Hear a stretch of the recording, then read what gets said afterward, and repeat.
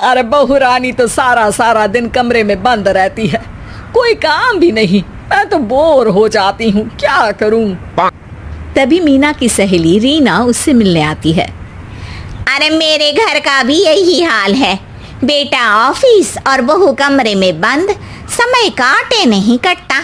लेकिन अब सच मानो तो वक्त ही नहीं है कि वक्त से रोटी भी खा लूं।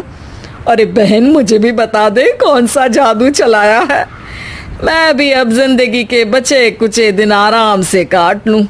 दीवारें देख देख कर तो बोर हो गई हूँ मैं। रीना मीना को एक स्मार्टफोन देती है।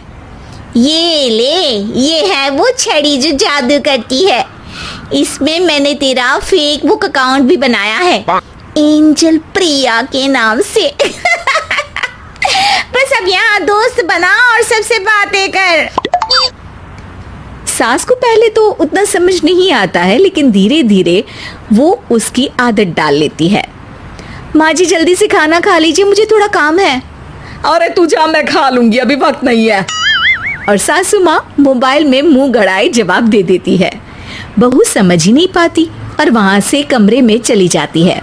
अचानक सास को किसी प्यारी पिंकी की फ्रेंड रिक्वेस्ट आती है। अरे वाह, ये तो कोई प्यारी सी लड़की लगती है, बात करती हूँ। सास फ्रेंड रिक्वेस्ट अपनाकर बात करने लगती है। अब क्या था, सास सारा दिन उस सहेली से बात करती, अपनी कहती, उसकी सुनती। एक दिन सास फोन पर ही सरगड़ाए, अरे बहू जरा मंदिर के लिए थाली सजा दे, आज कीर्तन है।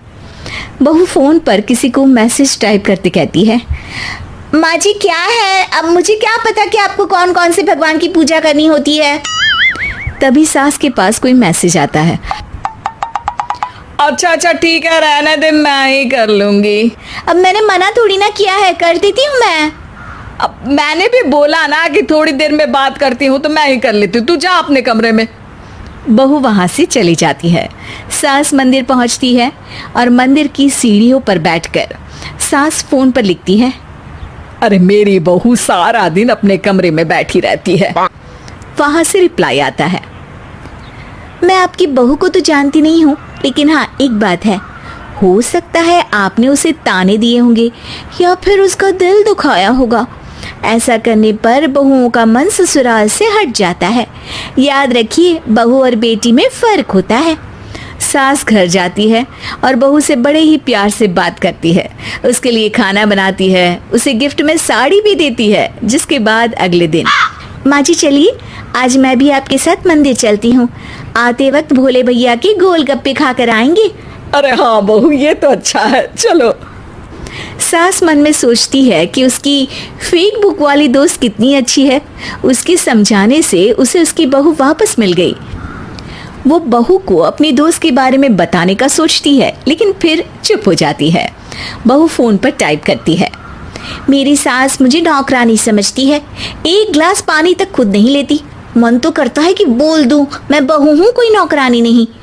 वहां से रिप्लाई आता है, देखो तुम्हारी सास को तो मैं भी नहीं जानती, लेकिन वो बुजुर्ग होंगी, पूरा जीवन उन्होंने घर गृहस्थी चूल्हा चौका में निकाल दिया। और फिर तुम ये भी मत भूलो कि जिस पति पर तुमको इतना गर्व है, उसे भी शिक्षा उन्होंने ही दी है। तो जिसने तुम्हें इतना दिया, क्या तुम उनकी थोड़ी सी सेवा नहीं कर सकती? बहू भी अगले दिन से सास का सारा काम करती, उनके पैर दबाती, उनका ख्याल रखती, उनके साथ घूमने जाती। एक दिन सास, बहू ये लो मेरा हीरे का हार, पहले तो सोचा था कि अपनी बेटी को दूंगी, लेकिन आज जब मेरे हाथ पैर में दर्द था तो तुम मेरा साथ दे रही थी। समय पर खाना पानी देकर तुमने ही मेरा बुढ़ापे में साथ दिया। उसके हिस्से का बहुत कुछ मैं उसे दे चुकी हूँ, लेकिन ये अब तेरा। बहू तो ये देखकर खुशी से उछली जाती है।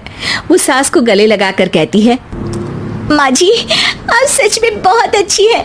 भला हो उस एंजल प्रिया का जिसने मुझे आपसे वापस मिलवा दिया, वरना मैं तो हमेशा आपको गलत ही समझती। मैं तो सोचती थी काश वो एंजल प्रिया मेरी सास होती। क्या नाम लिया बहू? एंजल प्रिया तेरी फेक बुक फ्रेंड है? हाँ माँ जी, वो बहुत अच्छी है।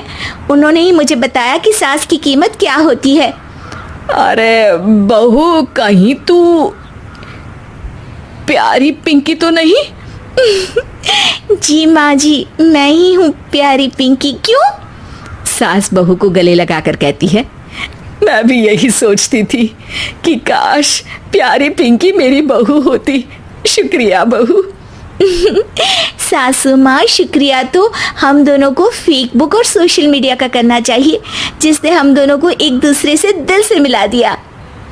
अब तक दोनों को समझ आ गया था कि जो खुशी वो बाहर ढूंढ रहे थे, सच में तो वो उनके घर में ही थी।